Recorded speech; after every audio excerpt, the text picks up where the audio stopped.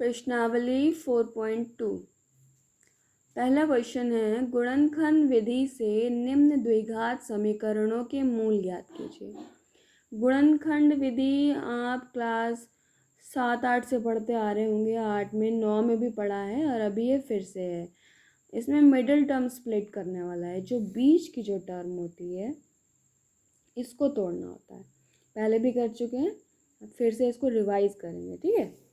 तो हमें पहला क्वेश्चन दिया हुआ है x square minus 3x minus 10 is equal to 0। अब हमें इसके गुणनखंड करने हैं, ठीक है। तो ax स्क्वायर इसको हमने मान लिया ax square plus bx plus c। इससे हमने जब तुलना की तो हमें a बराबर क्या मिला 1, b बराबर -3, c बराबर -10। अब जब हम मिडल टर्म स्प्लिट करते हैं, बीच वाली जो टर्म होती है b, इसमें हम क्या करेंगे, पहले a और c की गुणा कर लेंगे। तो a हमारा क्या है 1, c क्या है -10। a और c की गुणा करी तो क्या मिला -10। अब हम a और c जो हमें मिल गया -10, इसके गुणनखंड कुछ इस तरीके से करेंगे कि इसको जोड़ने या घटाने पर हमें क्या प्राप्त हो, b। समझ में आया? देखिए a और c को गुणा करने पर हमें 10 मिल रहा है, तो a और c के गुणनखंड करेंगे। तो 10 के जब हमने गुणनखंड किए तो क्या आया 2 और 5। अब ये 2 और 5 को हम जोड़ेंगे, यदि हमने 2 + 5 किया तो 7 आया। हमें क्या चाहिए, हमें प्रश्न में चाहिए 3। हम क्या करेंगे, 5 में से 2 घटा देंगे। 5 में से 2 घटाया तो 3 आ गया। तो हमें इन दोनों को गुणा करके इस तरीके से तोड़ना है कि हमें ये बीच वाला टर्म प्राप्त हो जाए, सही है। तो इसके हमने क्या गुणनखंड ले लिए 5 और 2। एक्स स्क्वायर माइनस 3 की जगह हमने क्या रख दिया 5 - 2, जो 3 था उसकी जगह 5 - 2 रख दिया, बाहर x -10 बराबर 0। अब इस x के अंदर गुणा कर दी, x square minus 5x minus minus plus 2x -10। अब इसमें से हमने क्या किया, x कॉमन ले लिया। देखो x कॉमन लिया तो क्या बचा x -5, देखो बचा। अब इसमें से हम 2 कॉमन ले लेंगे। अब इसमें से जब हमने 2 कॉमन ले लिया तो अंदर क्या बचेगा x -5। इस 2 को अगर हम अंदर गुणा करें तो 2x -10 मिलेगा, यानी यही वाली टर्म मिल गई। तो इसमें से हमने जब 2 कॉमन ले लिया तो x -5 बचा। अब ये x -5 ये x -5 दो जगह है, इसको हमने एक साथ लिख दिया, x -5 कॉमन ले लिया और ये x + 2 इसको ब्रैकेट में अलग लिख दिया। ये हो गया इसके गुणनखंड। अब इन दोनों को एक एक करके जब हम 0 के बराबर रख देंगे, x -5 को पहले 0 के बराबर रखा तो x बराबर 5 मिल गया। अब x + 2 को जब 0 के बराबर रखा तो x बराबर -2 मिल गया। हमें यहाँ x की 2 वैल्यू प्राप्त हो गई, 5 और -2। ठीक है, समझ में आया? अगला क्वेश्चन देखते हैं, और अच्छे से समझ में आएगा। √2x² + 7x + 5√2। अब हमें इसके भी गुणनखंड करने हैं, इस टर्म को तोड़ना है। ये क्या है हमारा ax² + bx + c बराबर 0। a बराबर क्या है √2, b बराबर 7, c बराबर 5√2। अब हम क्या करेंगे, a और c की गुणा करेंगे। पहले वाले और आखिरी वाले टर्म को गुणा करते हैं। तो a × c 5√2 × √2, तो √2 × √2 2 हो गया, 5 × 2 बराबर 10। अब हमें इस 10 को ऐसे तोड़ना है कि जोड़ने या घटाने पर क्या मिलना चाहिए, 7 मिलना चाहिए। ठीक है, b बराबर 7 है, तो हमने 10 के गुणनखंड किए 2 और 5, तो हम 5 और 2 को जोड़ेंगे तो हमें क्या मिल जाएगा 7। हो गया इसका गुणनखंड। लिख देंगे √2x² प्लस यहाँ पे 7 था, 7 की जगह हमने लिख दिया 5 + 2x + 5√2। इस x के अंदर गुणा कर दी √2x² प्लस 5x + 2x + 5√2। अब इसमें से हम क्या करेंगे, कॉमन लेंगे। क्या कॉमन ले सकते हैं, कॉमन ऐसी चीज़ लेनी है जो दोनों में आती हो। दोनों में क्या आ रहा है, केवल x आ रहा है, केवल हम इसमें से x को कॉमन ले सकते हैं। जब हमने यहाँ से x को कॉमन ले लिया तो अंदर क्या बचेगा √2x, और यहाँ से x को कॉमन ले लिया तो अंदर क्या बचेगा, केवल 5 बचेगा। ठीक है, अब इन दोनों में क्या कॉमन ले सकते हैं, या तो x कॉमन नहीं ले सकते, x यहाँ पर है लेकिन यहाँ पर 2 है, यहाँ पर √2 है। और 2 कैसे बनता है, √2 × √2। यदि हम √2 × √2 कर दे तो हमें 2 प्राप्त हो जाता है, तो इसमें से हम क्या कॉमन ले सकते हैं, √2। यहाँ से हमने √2 कॉमन ले लिया तो यहाँ अंदर क्या बचेगा √2x, और यहाँ से √2 कॉमन ले लो तो क्या बचेगा 5। अब ये देखिए √2x प्लस 5 √2x प्लस 5, इन दोनों को कॉमन लेके यहाँ लिख दिया, और यहाँ क्या बचा x प्लस √2।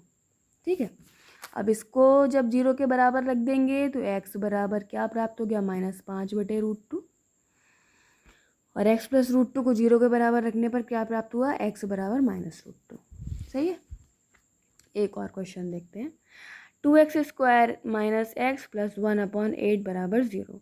इसके गुणनखंड करने हैं। सबसे पहले हमने क्या किया, 8 का एलसीएम ले लिया, तो यहाँ हो गया 16x² - 8x प्लस 1 बराबर 0।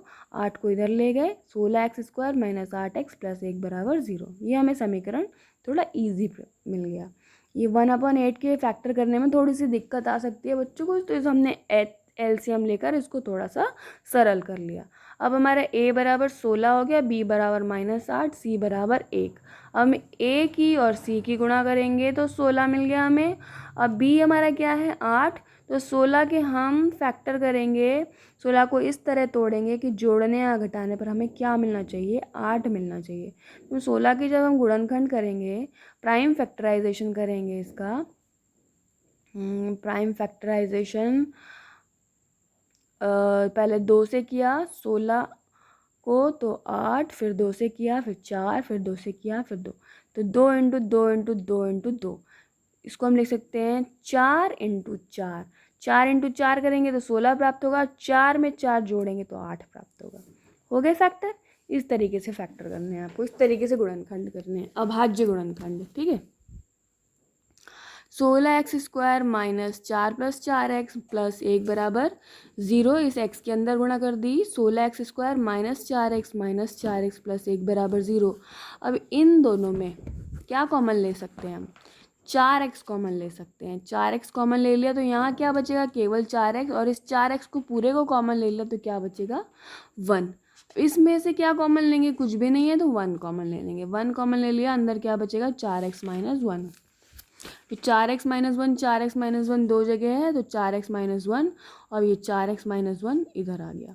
ठीक है, अब इस 4x - 1 को 0 के बराबर रख देंगे तो x बराबर 1/4 दो बार आ जाएगा, क्योंकि ये दोनों सेम हैं। दोनों को जब एक एक करके 0 के बराबर रखेंगे तो 1/4 1/4 दो वैल्यू प्राप्त हो जाएंगी। ठीक है, ये होमवर्क है, 2 क्वेश्चन आपको करने हैं और मुझे बताना है कि x की क्या वैल्यू आ रही है।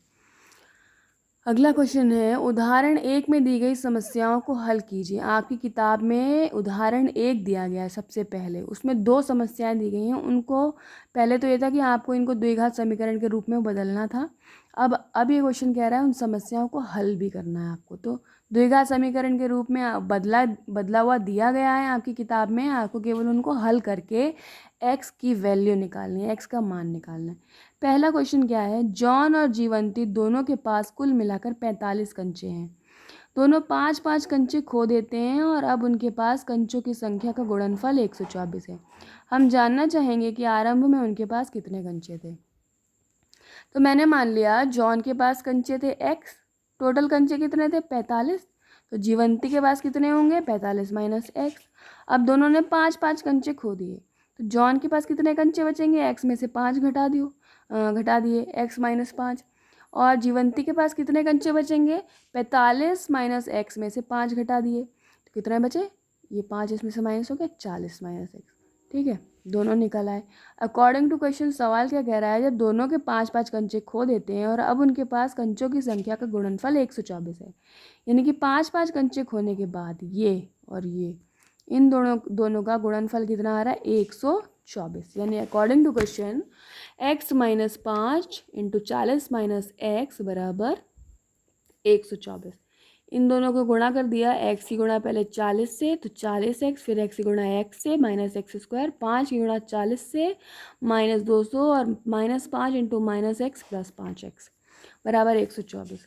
इस 124 को यहाँ ले आए, हल करने पर मिला x² - 45x प्लस 324 बराबर 0। अब इस 324 ये क्या है हमारा ax² plus bx plus c बराबर 0। अब यहाँ पे a इंटू सी बराबर क्या हो रहा है, 324 इंटू 1 बराबर 324। अब इस 324 के हमें ऐसे फैक्टर करने हैं कि जोड़ने या घटाने पर हमें क्या प्राप्त हो, 45। तो हमने 324 के फैक्टर किए तो हमें क्या मिला, 36 और 9।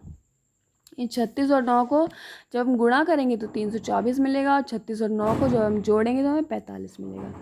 तो x square plus 36 plus 9x plus 324 बराबर 0।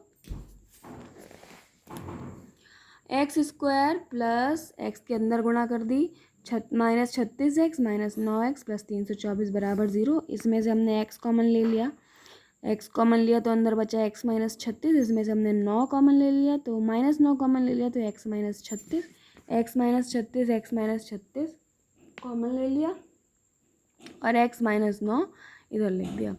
दोनों को जब आप 0 के बराबर रखेंगे तो x बराबर 36 और x बराबर 9 दो मान प्राप्त हुए। तो यदि जॉन के पास 36 कंचे थे तो जीवंती के पास 9 कंचे थे, या उल्टा भी ले सकते हैं, यदि जॉन के पास 9 कंचे थे तो जीवंती के पास कितने कंचे होंगे, 36 कंचे। ठीक है, इन दोनों को एक्सचेंज कर सकते हैं, उससे कोई अंतर नहीं आएगा। अगला क्वेश्चन है, एक कुटीर उद्योग एक दिन में कुछ खिलौने निर्मित करता है। प्रत्येक खिलौने का मूल्य 55 में से एक दिन में निर्माण किए गए खिलौनों की संख्या को घटाने से प्राप्त संख्या के बराबर है। तो एक खिलौने का मूल्य कितना है, 55 रुपये में से एक दिन में जितने खिलौने बनाए वो माइनस कर दो। ठीक है, यदि हमने माना कि एक दिन में x खिलौने बनाए तो प्रत्येक खिलौने की लागत कितनी हो जाएगी, 55 माइनस x। ठीक है, 55 में से एक दिन में निर्माण किए गए खिलौनों की संख्या को घटाने से प्राप्त संख्या के बराबर। समझ में आया। अब किसी एक दिन कुल निर्माण लागत 750 रुपये थी। कोई भी एक दिन ले लिया इन्होंने जिस दिन टोटल 750 रुपये खर्चा आया। हमें उस दिन निर्माण किए गए खिलौनों की संख्या ज्ञात करनी है। 750 रुपये का खर्चा आया तो उस दिन कितने खिलौने बनाए गए थे, ये तो हम पहले ही देख चुके हैं कि माना एक दिन में निर्मित खिलौने यदि हमने x ले लिए तो प्रत्येक खिलौने की लागत हो गई 55 माइनस x। अब अकॉर्डिंग टू क्वेश्चन, प्रत्येक खिलौने की लागत इनटू एक दिन में निर्मित खिलौने बराबर क्या हो जाएंगे, कुल लागत के। प्रत्येक खिलौने की लागत है 55 माइनस x और एक दिन में निर्मित खिलौने हैं x, दोनों को गुणा करने पर 750 मिला। इसकी x के अंदर गुणा कर दी तो हमें समीकरण प्राप्त हो गया minus x square plus 55x minus 750। अब ये माइनस है तो इस पूरे को हम क्या करेंगे, माइनस से गुणा कर देंगे। माइनस से जब हमने इसको गुणा कर दिया तो ये हो गया एक्स स्क्वायर माइनस प्लस की जगह ये हो जाएगा माइनस 55x और ये माइनस की जगह क्या हो जाएगा, प्लस का 750। अब हम ये है हमारा 1, ए की जगह देखिए क्या है 1 और ये है 750। ये 750 के हम ऐसे फैक्टर करेंगे, गुणनखंड करेंगे कि हमें जोड़ने या घटाने पर क्या मिलना चाहिए, 55। तो 750 के जब हमने फैक्टर किए तो 30 और 25 मिला। इनको जब हम गुणा करेंगे तो हमें 750 मिल रहा है और जब हम जोड़ेंगे तो हमें 55 मिल रहा है।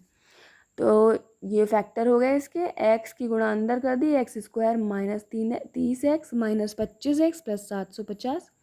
इन दोनों में से हमने जब x कॉमन लिया तो अंदर बचा x माइनस 30। इसमें से हमने 25 कॉमन ले लिया तो अंदर बचेगा x minus 30। x minus 30 common लेके यहाँ लिख दिया, x माइनस 25 यहाँ लिख दिया। दोनों को एक एक बार 0 के बराबर रख देंगे तो x बराबर 30 या x बराबर 25 दो मान प्राप्त हुए।